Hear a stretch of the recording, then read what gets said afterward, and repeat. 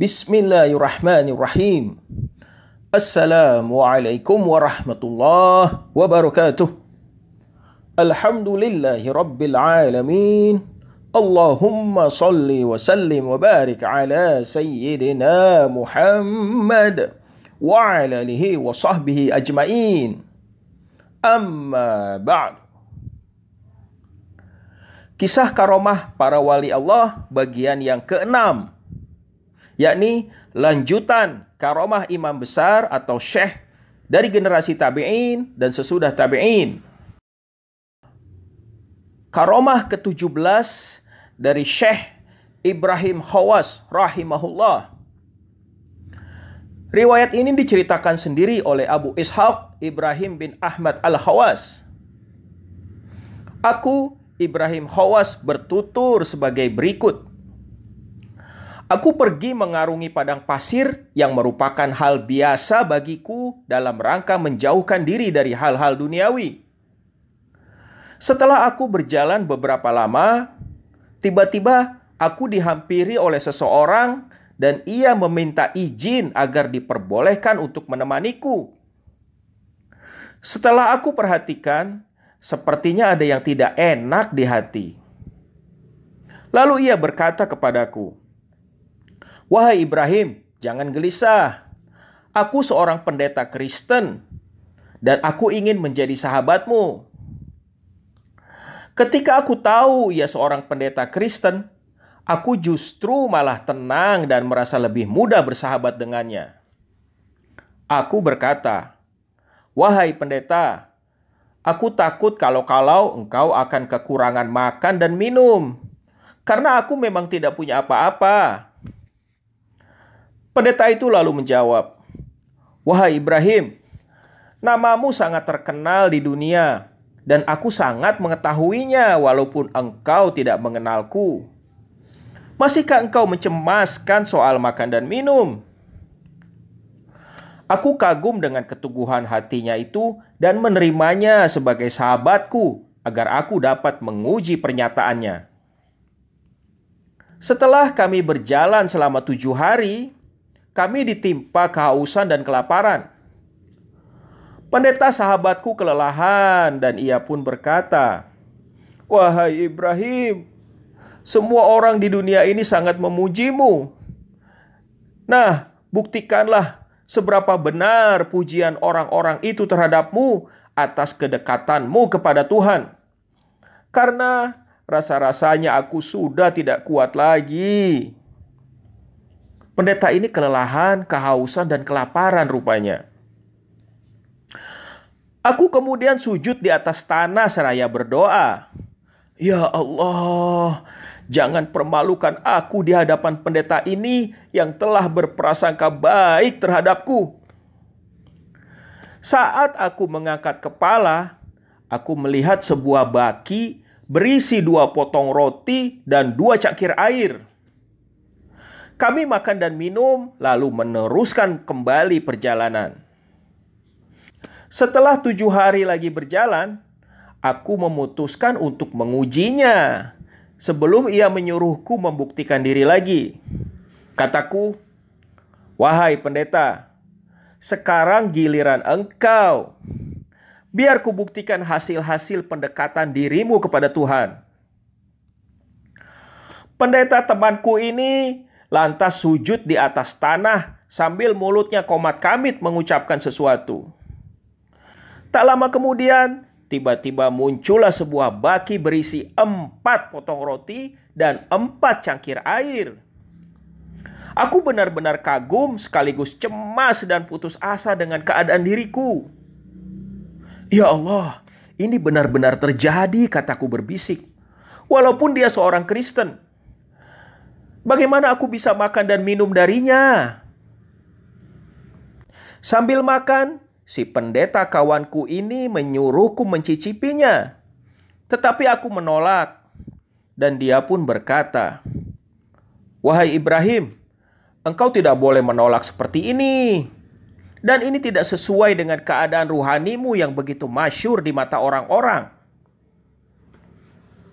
Aku bergumam di dalam hati, Jika aku menganggapnya sebagai karomah, maka karomah tidak akan dianugerahkan kepada orang-orang di luar Islam.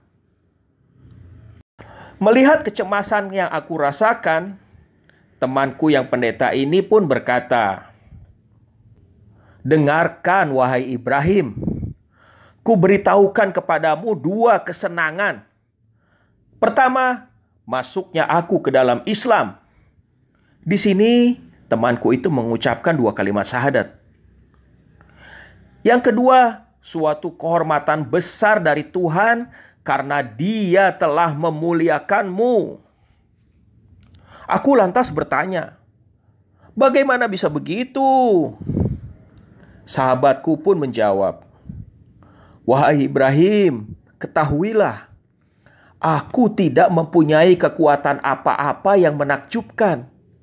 Tapi rasa maluku kepadamu telah membuat aku merebahkan kepalaku ke tanah dan memohon kepada Tuhan untuk memberikan kepadaku 2 potong roti dan 2 cangkir air jika agama Muhammad itu benar. Kemudian 2 potong roti dan 2 cangkir air lagi jika Ibrahim Khawas adalah salah seorang wali Allah." Lalu Ibrahim makan dan minum, dan sahabatnya yang pendeta itu sadar akan kebenaran serta kemuliaan Islam. Karomah ke-18, yakni karomah dari Syekh Abu Yazid Al-Bustami rahimahullah. Dalam sebuah riwayat dikisahkan bahwa suatu hari Syekh Abu Yazid Al-Bustami berjalan-jalan dengan beberapa orang muridnya. Jalan yang sedang mereka lalui cukup sempit, dan tiba-tiba dari arah yang berlawanan datanglah seekor anjing. Syekh Abu Yazid lalu menyingkir untuk memberikan jalan kepada binatang itu. Namun salah seorang muridnya tidak menyetujui perbuatan Syekh Abu Yazid ini seraya berkata, "Wahai guru, Allah yang maha besar telah memuliakan manusia di atas segala makhluk-makhluknya. Sedangkan guru adalah raja di antara kaum mistik. Begitulah julukan yang orang-orang berikan kepadamu. Tetapi mengapa dengan ketinggian martabatnya itu beserta murid-muridnya yang taat masih mau memberikan jalan kepada seekor anjing? Apakah pantas perbuatan seperti itu?" Syekh Abu Yazid pun menjawab tenang, "Anak muda, anjing tadi secara diam-diam telah berkata kepadaku, 'Apakah dosaku dan apakah pahalamu pada awal kejadian sehingga aku berpakaian kulit anjing dan engkau mengenakan jubah kehormatan sebagai raja di antara para mistik?' Begitulah bisikan yang sampai ke dalam hatiku, dan karena itulah aku memberikan jalan untuknya." Karomah ke-19, yakni karomah dari Syekh Sahal bin Abdallah Al-Tustari rahimahullah. Diriwayatkan oleh Al-Huzwiri dalam kitabnya bahwa Syekh Sahal bin Abdallah Al-Tustari rahimahullah berkata kepada salah satu muridnya, "Usahakanlah engkau untuk mengucapkan kata-kata ini dalam satu hari secara terus-menerus. Allah, Allah, Allah. Dan lakukanlah hal yang sama pada hari-hari berikutnya sampai engkau terbiasa mengucapkan kata-kata itu." Lalu dia menyuruh muridnya tersebut untuk mengulangi kata-kata itu pada malam harinya juga, sampai kata-kata itu sedemikian akrab sehingga sang murid tersebut mengucapkan kata-kata itu bahkan sampai dalam tidurnya. Kemudian dia berkata lagi, "Jangan ulangi lagi kata-kata itu, tetapi biarkanlah seluruh kemampuanmu terserap dan tenggelam dalam mengingat Allah." Sang murid melakukannya sampai ia benar-benar terserap dan tenggelam dalam mengingat Allah Jalla Jalaluh. Suatu hari ketika sang murid sedang berada di dalam rumahnya, sebilah kayu dari atap rumah jatuh dan menimpa tepat di atas kepalanya sehingga melukai kepalanya. Sang murid tersebut tidak merasakan sakit, Tetesan-tetesan darahnya yang tercecer di lantai membentuk lafaz Allah, Allah, Allah.